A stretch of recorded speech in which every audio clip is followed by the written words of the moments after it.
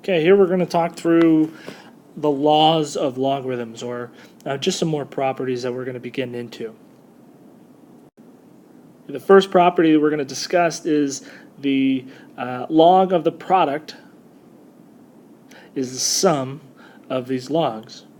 Meaning if you have the log base a of this product a times b, then you can expand it where the first logarithm would be the log base a, and then we would add it to the log base of b. So in this first problem, it says, let's problem number 1 there. Use the log base 4 of 3, approximately 0.7925, to approximate the value of log base 4 of 192.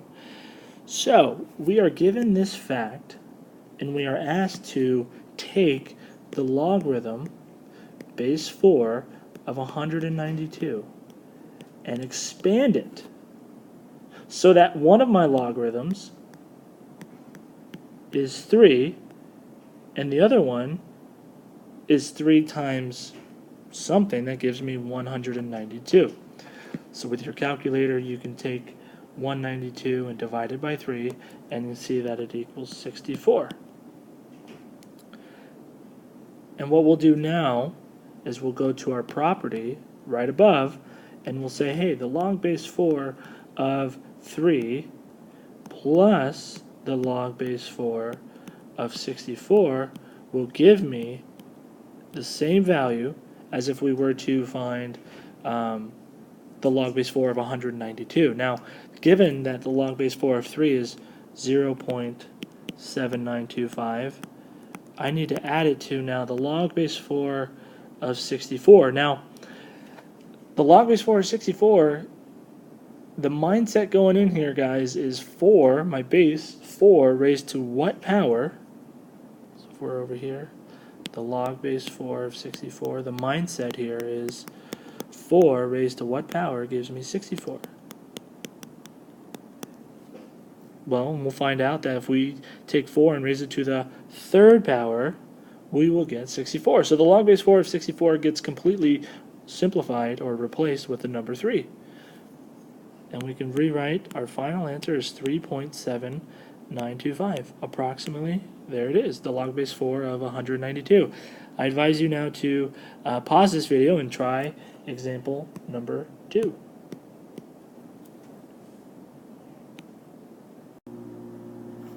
So here, problem number 2 has been worked out for you, and we start with the log base 4 of 32. And we could split that up into the log base 4 of 2 times 16. And again, why did we use those two factors and not 8 and 4 or anything else?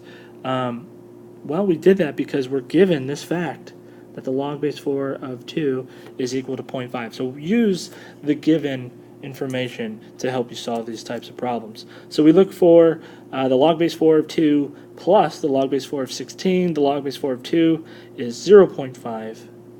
And then we have to evaluate the log base 4 of 16, but as stated above there, the mindset is the base 4 raised to what power gives you 16, and that value is 2.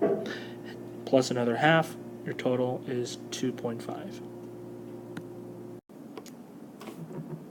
Okay, the next property is the quotient property, where if you have the log base a of a quotient a over b, you can split that up, and instead of adding like in the previous property, you can go ahead and subtract. And so we have an example here, the log base 2 of 5 over 6. It equals the log base 2 of 5 subtract the log base 2 of 6. So a real world example says here, the pH of a substance is defined as the concentration of hydrogen ions in moles. It is given by this formula.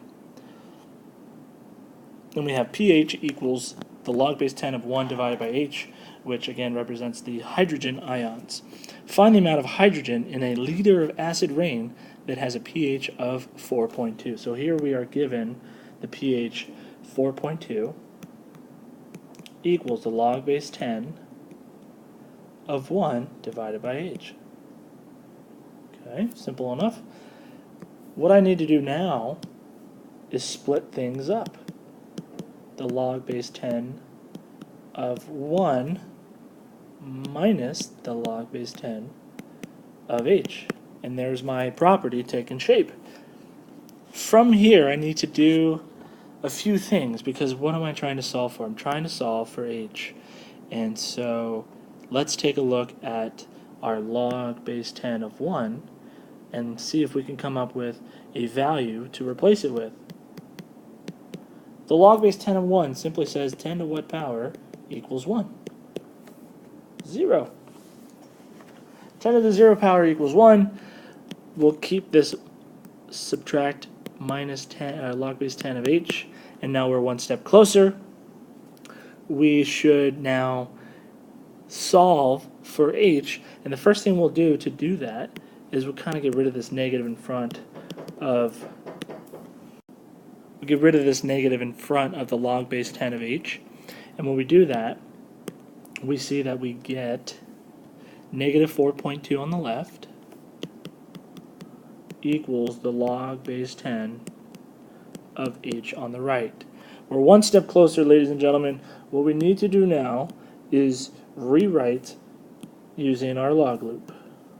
Let's rewrite this logarithm, because we can't really solve for it yet. We don't know how to do that, but we can rewrite it in exponential form, in that the hydrogen ions equals 10 to the power of negative 4.2, and that's it. The last of the properties here is when something looks like this. We have a log base a of some uppercase A raised to the power of c. And what we can do with this exponent, and it helps us when we solve log equations, is we can move this c out in the front to create c, my exponent, times the log base a of a. In example number 1, we're going to use the fact that log base 2 of 5 is approximately 2.3219 to approximate the value of the log base 2 of 25. Now, the log base 2 of 25 can be rewritten as the log base 2 of 5 squared. And if we have this written, we can use our property that says, hey, move the exponent out in the front of the logarithm. And now we're left with 2 times the logarithm base 2 of 5. We're given the approximation of the log base 2 of 5 to be 2.3219. And again, you use your calculator here, and we will see that 2 times 2.3219 equals 4.6438. So go ahead and pause the video and try the next one on your own.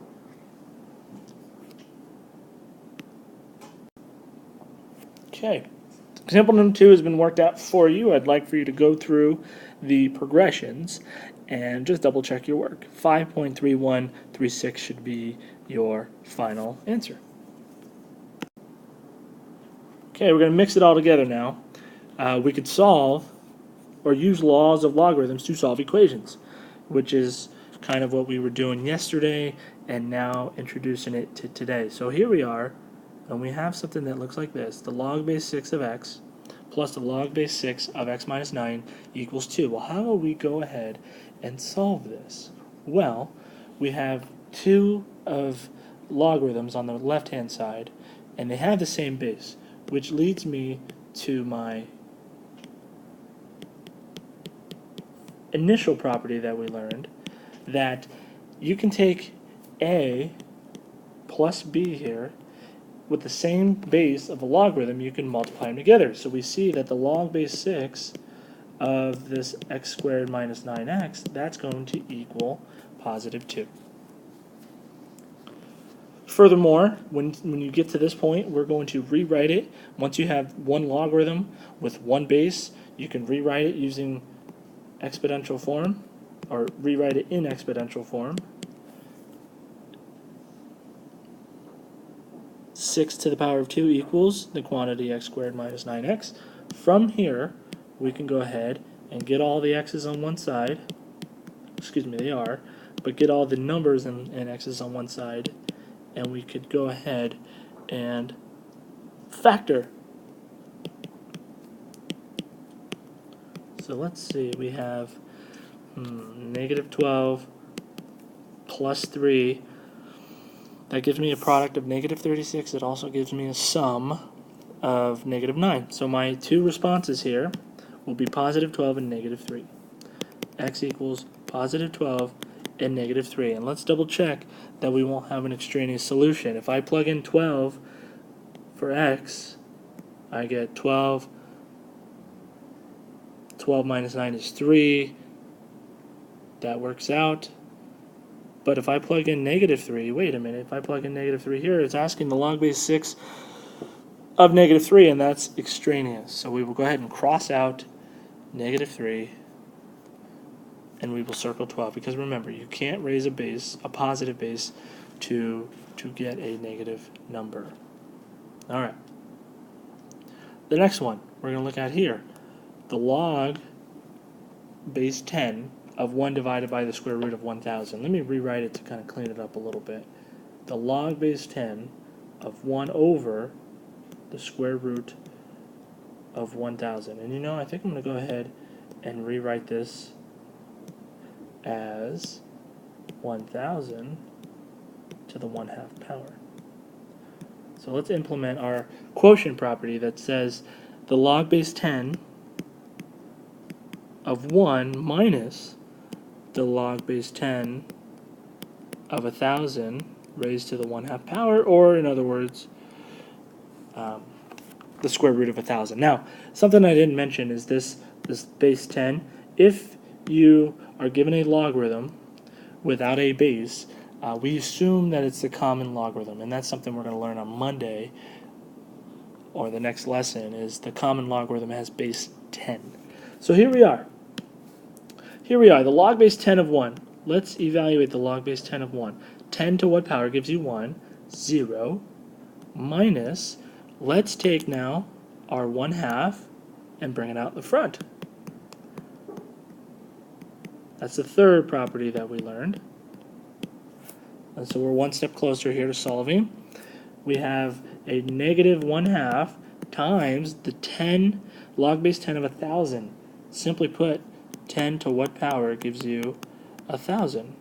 Well, it's 3. 10 to the third power is 1,000. Therefore, my final answer is negative 3.5.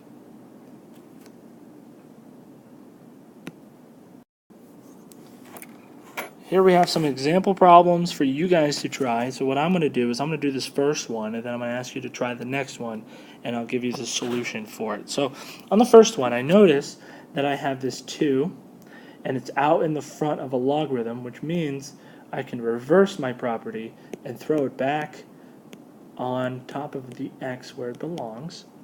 And here I have a plus and then a b, so I can go ahead and rewrite this as 27 times 3. But 27 times 3, I can go ahead and plug that into my calculator.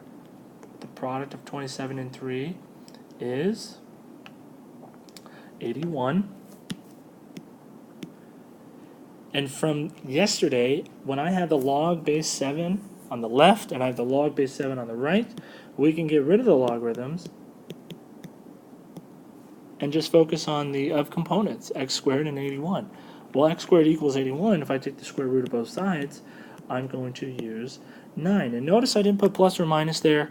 The only reason I did that is because if you plug in negative 9 back into the original logarithm on the left-hand side, 2 times a log base 7 of negative 9 is undefined. So go ahead and pause this video. Try your very best to implement any of the properties to solve the following equation. Alright, so the first thing we'll look at on example number 2 is the exponent, the 4, goes back on top of the x to the 4. So that's how I went from the first line to the next.